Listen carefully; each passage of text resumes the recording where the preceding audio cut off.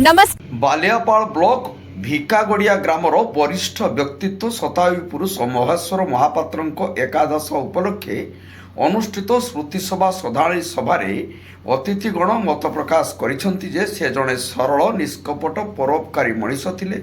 ध्रुवचरण संस्कृत महाविद्यालय अध्यक्ष प्रियव्रत पंडा पौरत्व और पुतुरा शांतनु कुमार महापात्र तत्वावधान में अनुष्ठित श्रुति सभारे मान्यवर विधायक सुभाषिनी जेना, पूर्वतन ब्लॉक अध्यक्ष विजन नायक, पंडित शांतिपद पंडा, नारायण पारिग्राही, ज्योतित्र पंडा, रवींद्र पाणिग्राही, गणेश कर, शशिभूषण पाणिग्राही, भक्तिपद पंडा, शंभुनाथ पाणिग्राही, विनोद पाणिग्राही, तपन महापात्र, सुधांशु पाणिग्राही, हरिहर पंडा, रवींद्र पाणी, मनोरंजन सन्दीप विग्रह प्रमुख उपस्थित रही निज निजर वक्तव्य प्रदान करथिले।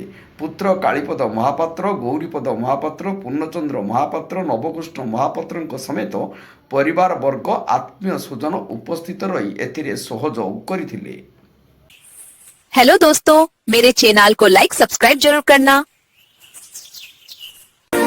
और जनता एक्सप्रेस देखना ना भूले।